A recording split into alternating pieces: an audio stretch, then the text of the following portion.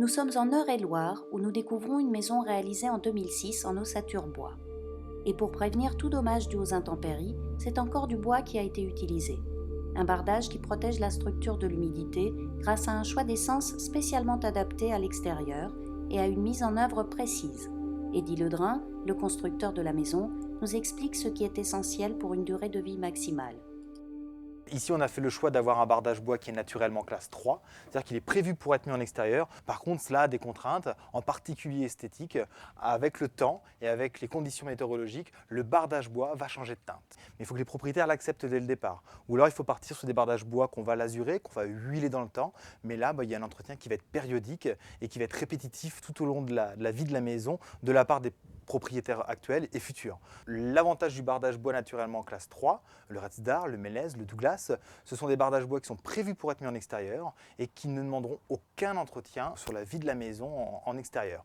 Alors les règles de base dans la mise en œuvre, elles sont assez simples, il n'y en a pas beaucoup, mais elles sont importantes. D'abord, pour un bardage bois naturel, on doit absolument avoir un clouage en pointe inox sur la partie visible de la lame. En général, ce sont 2 pointes par lame, entreaxé tous les 50 cm. Ensuite, on a une distance minimum à respecter entre le terrain naturel et le bas du bardage, donc environ 20 cm. Ici, on est très bien, sachant qu'en plus, on a le plâtrage bois en épicéa qui nous protège d'une manière supplémentaire par rapport au terrain naturel. Le bois aura toujours un minimum d'humidité à l'intérieur. Le plus important, c'est que la lame de bardage en elle-même maîtrise toujours la goutte d'eau, donc l'humidité au centre du bardage.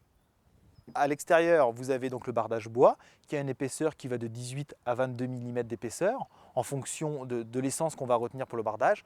Et par derrière, nous avons un contre-latage qui est entreaxé tous les 50-60 cm et qui va permettre d'avoir un vide d'air entre le bardage et la structure. Ce vide d'air est très important. Il permet de ventiler l'ensemble de la façade et ensuite de permettre d'avoir une structure supplémentaire puisque le meilleur isolant aujourd'hui qu'on a, c'est l'air. Cette double peau joue en même temps un autre rôle, non négligeable, en renforçant le coefficient énergétique de la maison.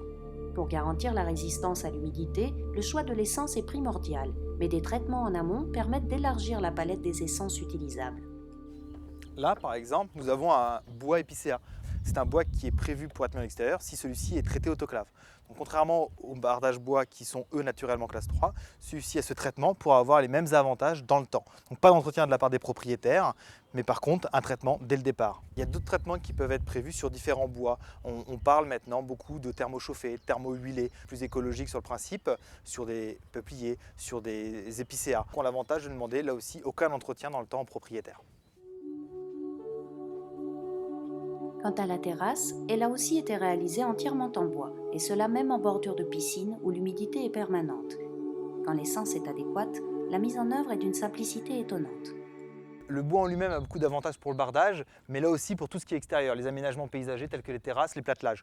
Ici, autour de la piscine par exemple, on n'a pas de débord avec une pierre naturelle. On est directement avec un épicéa d'Aquitaine qui est traité lui aussi autoclave et qui est directement autour de la piscine. Il n'y a pas eu de protection supplémentaire par rapport au chlore, par rapport aux éclaboussures ou par rapport à un traitement de manière à avoir une teinte différente. On peut être directement les pieds dans la piscine.